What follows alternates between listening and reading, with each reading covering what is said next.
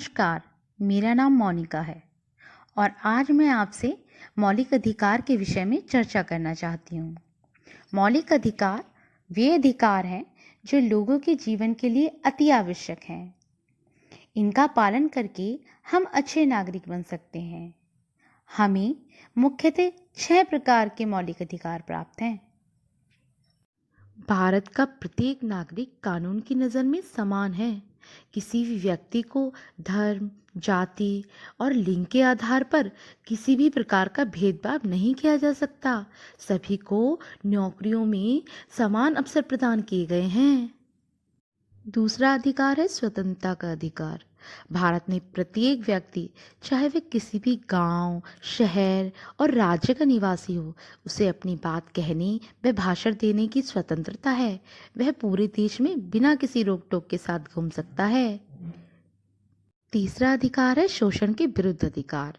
प्रत्येक नागरिक शोषण होने पर न्याय पाने के लिए पुलिस में रिपोर्ट कर सकता है और इस अधिकार की मुख्य बात है कि प्रत्येक किशोर या किशोरी जिसकी आयु 14 वर्ष से कम है, उसे किसी भी कारखाने या जोखिम भरे कार्य को करवाना कानूनी अपराध है।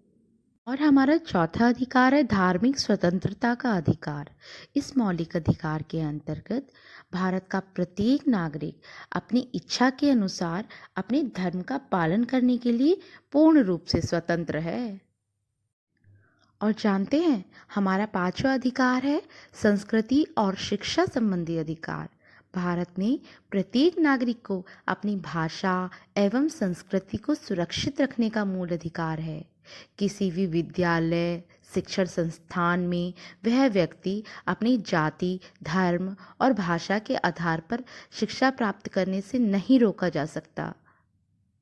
और जानते हैं, प्रत्येक किशोर व किशोरी को उसके जीवन जीने व व्यक्तिगत स्वतंत्र रूप से रहने का अधिकार है।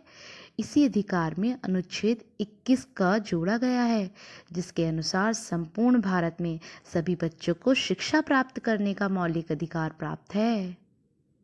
शिक्षा का अधिकार अधिनियम 2009 के अंतर्गत सभी 6 से 14 वर्ष के बच्चों को निःशुल्क शिक्षा प्राप्त करने का अधिकार है। किसी भी बच्चे से कोई शुल्क नहीं लिया जाएगा। किसी भी बच्चे को शारीरिक व मानसिक दंड नहीं दिया जाएगा और उसकी आयु के अनुसार सीखने को सुनिश्चित किया जाएगा। ये हम सब की जिम्मेदारी है कि यदि हमारे आसपास का कोई बच्चा विद्यालय नहीं आता है तो हमें उसे विद्यालय लाना है और उसको शिक्षित करना है। धन्यवाद।